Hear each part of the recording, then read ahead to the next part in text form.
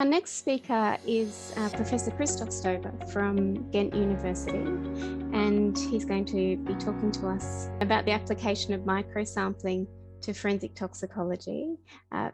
Professor Stove heads the Laboratory of Toxicology at the Faculty of Bioassays and Bioceutical Sciences. He also teaches in the area of toxicology, drug toxicology, and bioanalysis. So I will pass over to Professor Stove.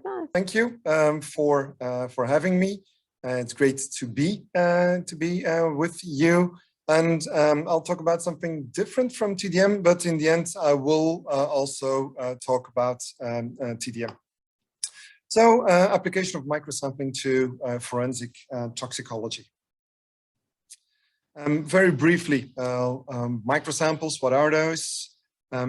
Actually anything which can be collected in a small volume, but today I'll talk primarily about small volumes of blood, typically less than 50 microliter. Those can be liquid samples like we already heard, but today I'll also primarily talk about dried samples. And actually you could refer to this also as dried matrix sampling, because it can not only be dried blood, but there's also devices to generate dried plasma, dried urine, dried oral fluids, and so on. I'll also put my laser on. Okay. And in addition, quite recently, there's a variety of ways to collect a blood microsample distinct from what we see here on conventional filter paper. In a sense, there's a number of specialized devices that have been developed. There's quite a big market on that now. And actually what they aim at is to facilitate the collection of dried blood also by non-experienced people. There's a number of advantages and also issues and challenges. I won't go into too much detail about those, but still I'll briefly mention these. Quite often there's a stabilizing effect. It allows convenient transport and storage, and also sample preparation can be simplified. Dried blood microsamples also are quite easily amenable to automation. It's an economic way also in terms of transportation, and easy and minimally invasive sampling. You collect a small volume, which is important if you consider, for instance, infants. And you're still looking at a representative matrix, you're looking at blood. Also, when considering animal studies, it's important because it complies to the 3R principle in ethics. Obviously, there's also a number of issues and challenges. First of all, there you only have a microsample, so meaning that you only have a limited amount of samples. There's a number of analytical things that you need to take into account, and amongst those are the hematocrit issue, hematocrit effect. You need to have an optimized procedure in order to make sure that your recovery is fine, stability must be ensured. Very important is that the sample quality is good. You can only get a good result if you get a good sample. And obviously, then there's other things like capillary venous differences which may be present. And you're looking at the blood concentration, so that may pose issues in terms of interpretation. Certainly, if I think, for instance, in the context of this symposium, and quite often concentrations of drugs are typically expressed as plasma or serum concentrations. And so this may pose a bit of a problem if you have a blood concentration that you sort of need to translate. Coming to the subject of today, microsampling in forensic toxicology. If we look at in what areas these can be applied, then, like I already wrote in the review almost 10 years ago, actually these can be applied from the cradle to the grave. So from newborns to post-mortem. What can be analyzed in dried blood microsamples? Also, actually almost everything. We can look at DNA, mRNA, expression profiling, for instance, is possible. Serotyping is possible. Viral load monitoring also in the area of TDM. This is sometimes applied if you think about HIV medication, and then you want to look at the effect of this medication. Genotyping is something we've done. So there's many possibilities. If you think about proteins, you can look at enzyme activities. You can look at antibody titers, which is actually done in quite some COVID studies in which groups have looked at the antibody titers in infected patients or in vaccinated individuals. You can look at biologicals drugs, think about antibody drugs that are more and more applied, and also at a variety of biomarkers. Elements or trace elements can be evaluated as well in dried blood microsamples. For instance, you can look at exposure to lead as one example. You can look at the metallic profile. What we've done before is that we looked at prosthetic patients and looked at cobalt in dried blood microsamples from these patients, and actually could predict the wear of these metallic prostheses.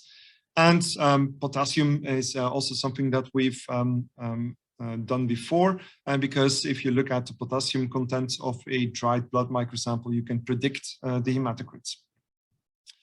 Small molecules obviously are also possible. You can look at endogenous compounds, therapeutic drugs, drugs of abuse, which is relevant for today's presentation. And again, there you can also look at phenotyping, which is something we did, for instance, to phenotype the enzyme CYP1A2 in the past. Considering drugs of abuse, there's actually hardly anything that you can't measure in dried blood microsamples. We've reviewed that already some time ago. Here's just a limited list of compounds that can be monitored in dried blood microsamples. Today, I'll talk about phosphatidylethanol, which is a direct alcohol marker, and I'll also briefly mention GHB, because this was a compound of interest a couple of years ago. So like I said, dried blood microsamples can be applied in toxicology or forensic toxicology from the cradle to the grave. You can look at newborn screening, you can look at drugs of abuse, you can look at trace elements that may point at certain exposure. In clinical toxicology, this may be relevant. This is actually a bit similar to therapeutic drug monitoring, but we've also applied it, for instance, for adduct monitoring to see whether someone has had a historic exposure, for instance, to an overdose of paracetamol. And at the time of presentation, this overdose may not be apparent anymore, but still by looking at protein adducts, even in dried blood microsamples, you can still find out about this overdose. Environmental toxicology, we are about to set up a quite big epidemiological study looking at vitamins, but could also be done for distinct chemical exposures. Toxicokinetics, like I already said, in animal studies.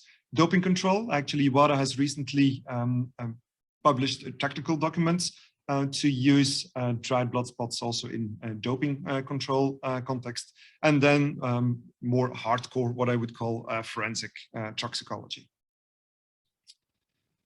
One example for which we are routinely using dried blood microsamples is for GHB quantification.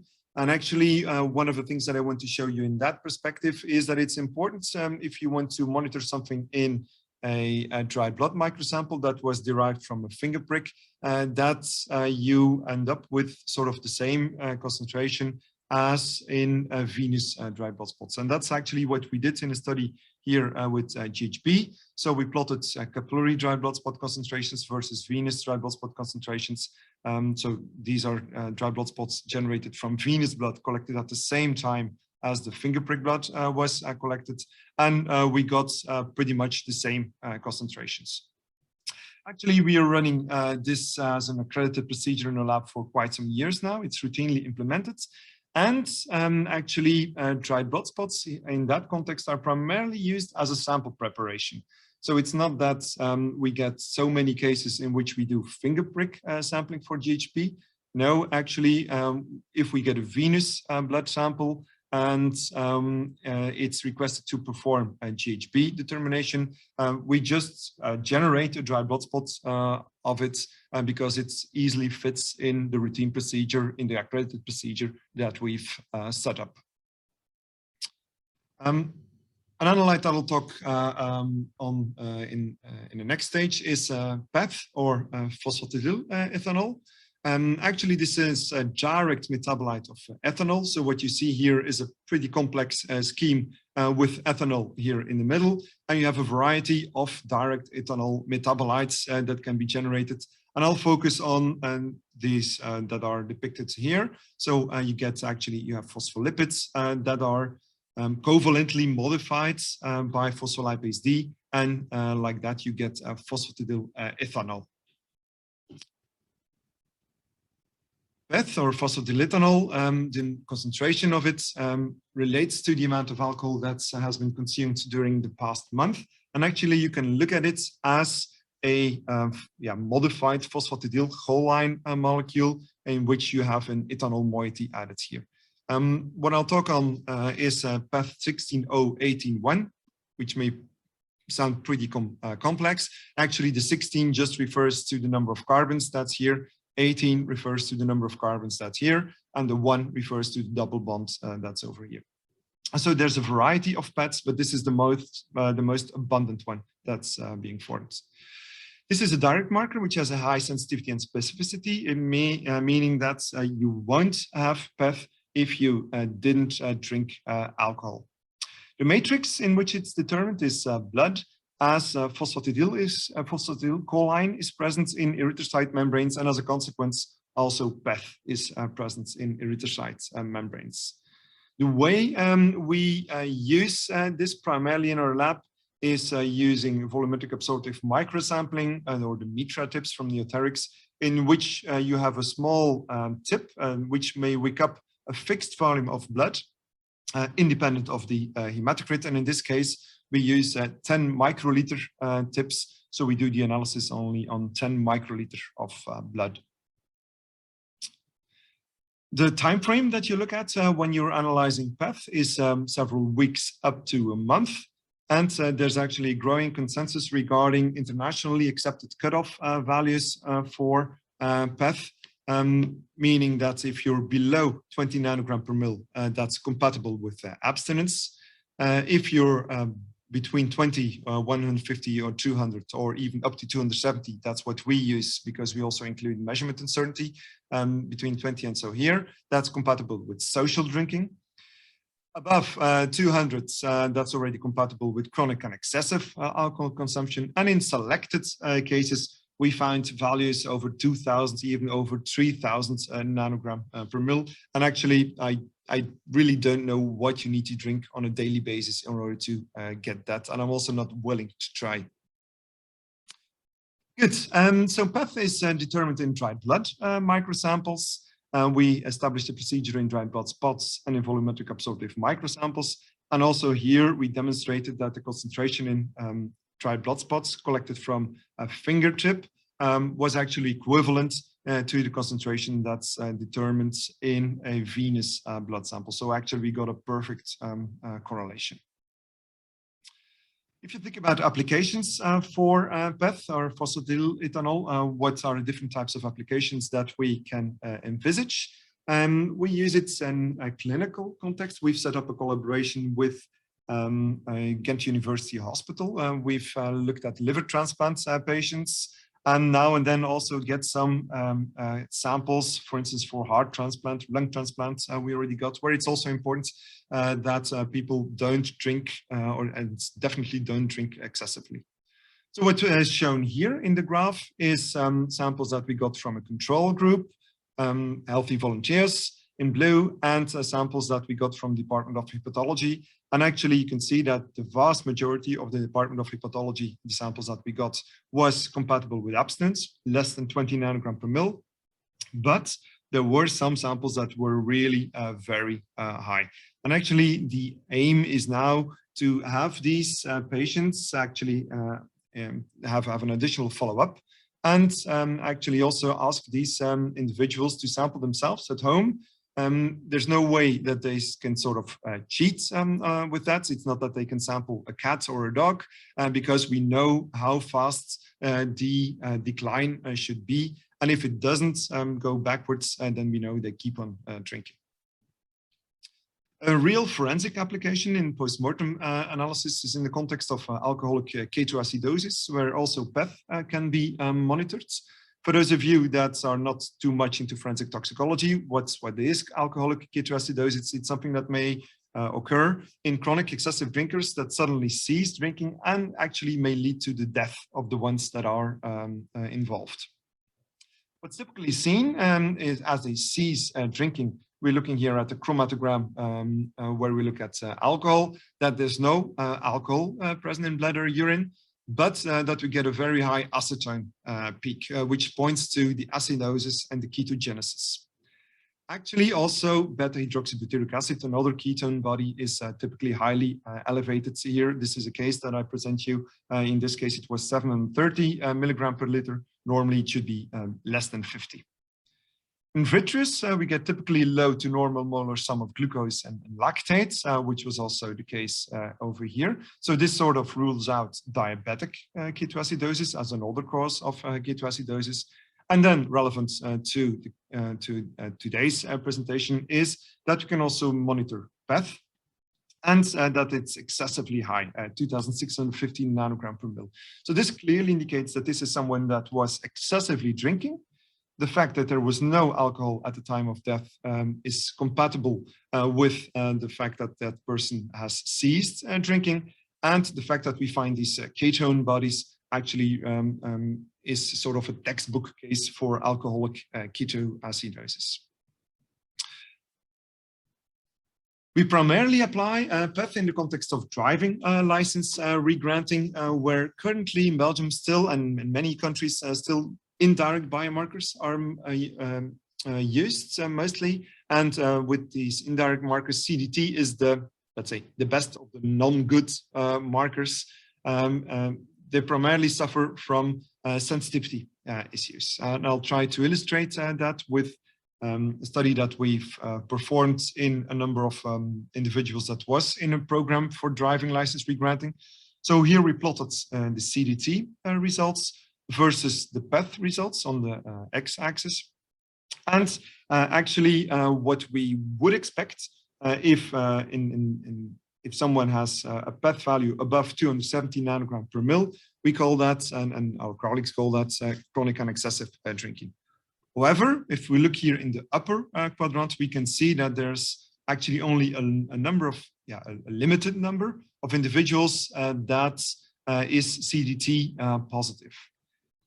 These are the missed cases. Actually, there's more than 50% of the individuals for which we have evidence that there is chronic and excessive drinking, that's negative for CDT. So that means that we miss these cases if we only rely on CDT in a driving license program, as has been done for many years and as is still being done in many labs in Belgium.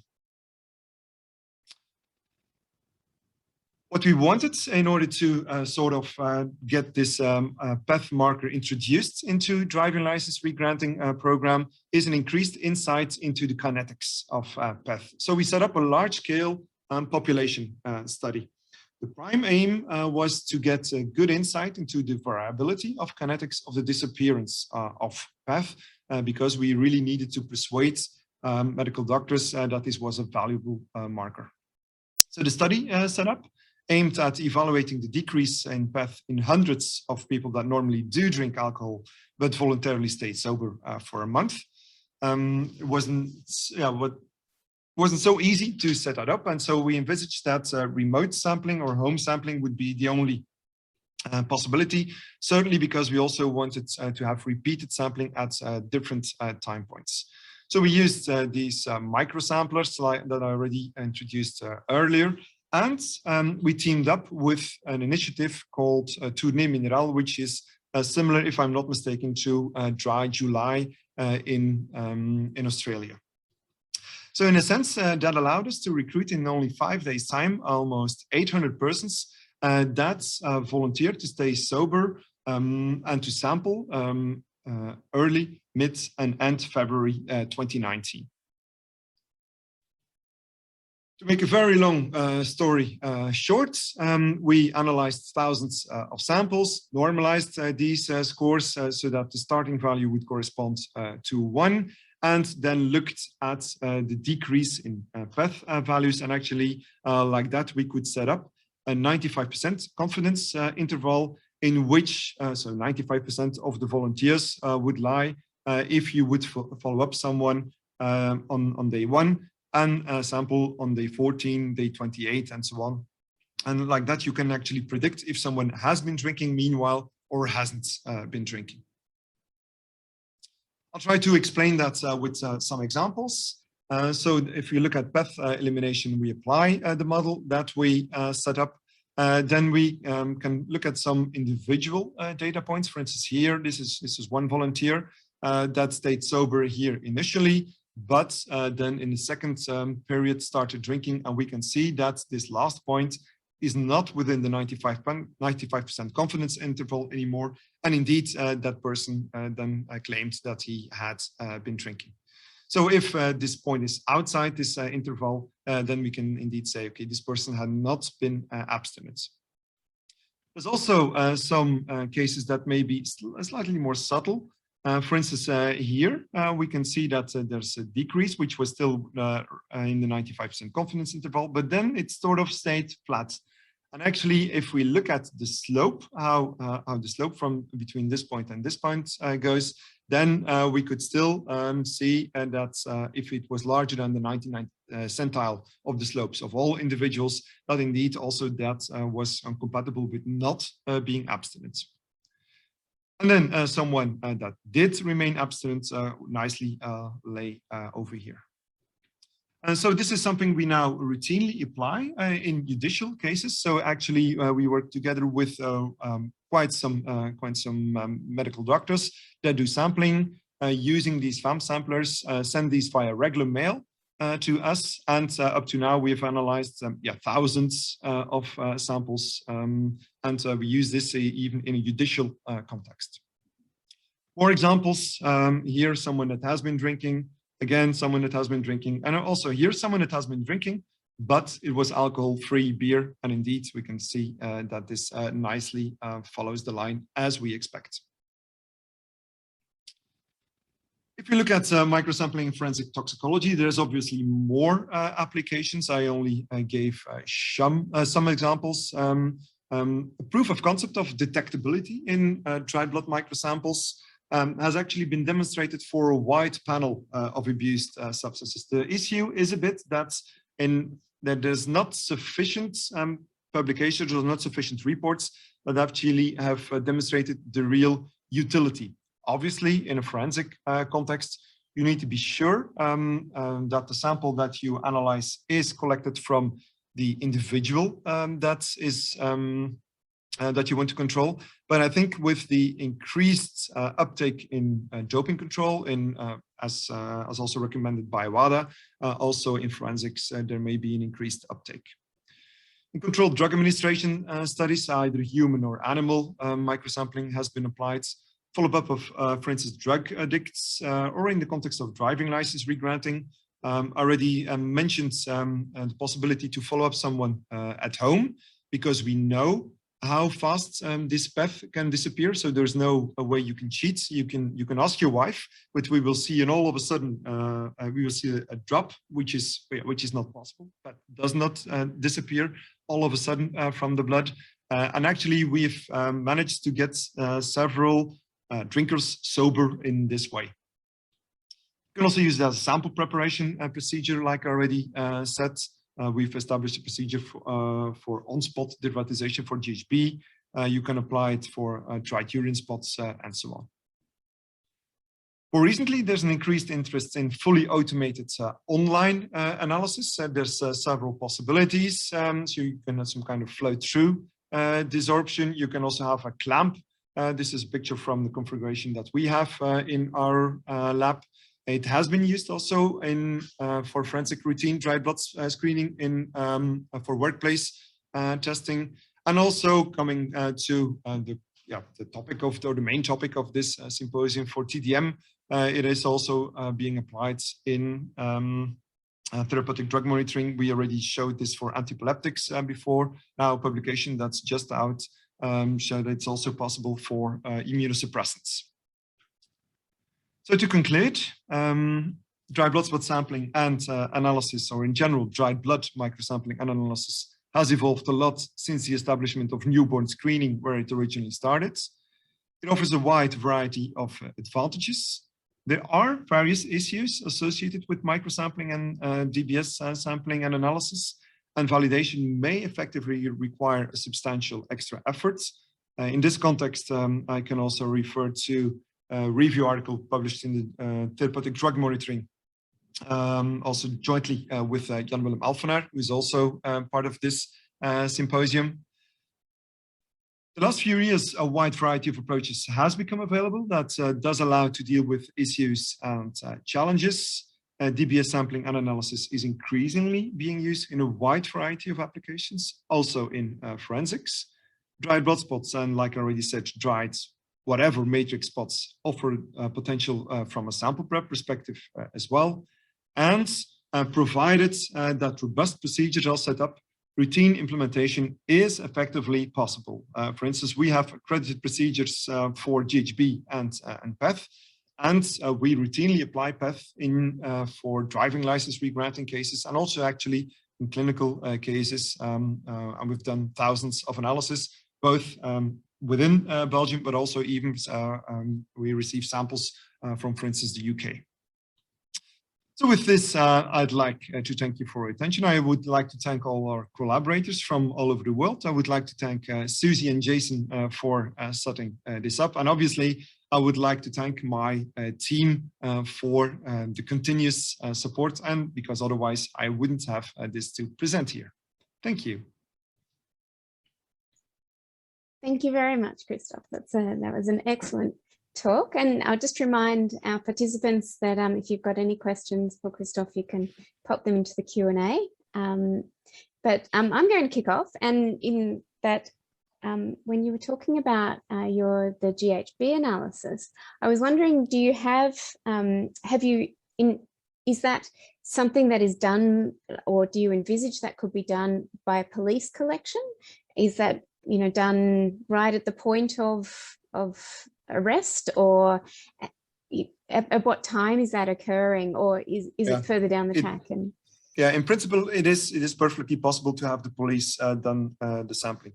Actually, what's currently not possible in Belgium is, I don't know how it's in other countries, is even finger prick is actually considered as a intrusive procedure or invasive procedure. So you are allowed to do it to yourself, but it's not like that a police officer can actually perform the finger prick to someone else. That's actually only a minor change in legislation that would be required, but what may seem for us may be more pronounced for others. But it's perfectly possible. I know that in several countries there is interest to have sampling by the police. You hear the police? Yeah. They're coming to get you, Christophe. Yeah, and I know that in several countries there is interest for the police actually doing the sampling on the road, because, for instance, for drugs of abuse testing, one of the key issues is that there's quite often a delay. The blood sample may be collected, which may be highly relevant. For instance, if you think about cannabinoids, there's a trend to also use oral fluids as an alternative, but then you have the ever existing discussion about to what extent does an oral fluid concentration relate to a blood concentration and so on. So it is possible to collect a blood sample.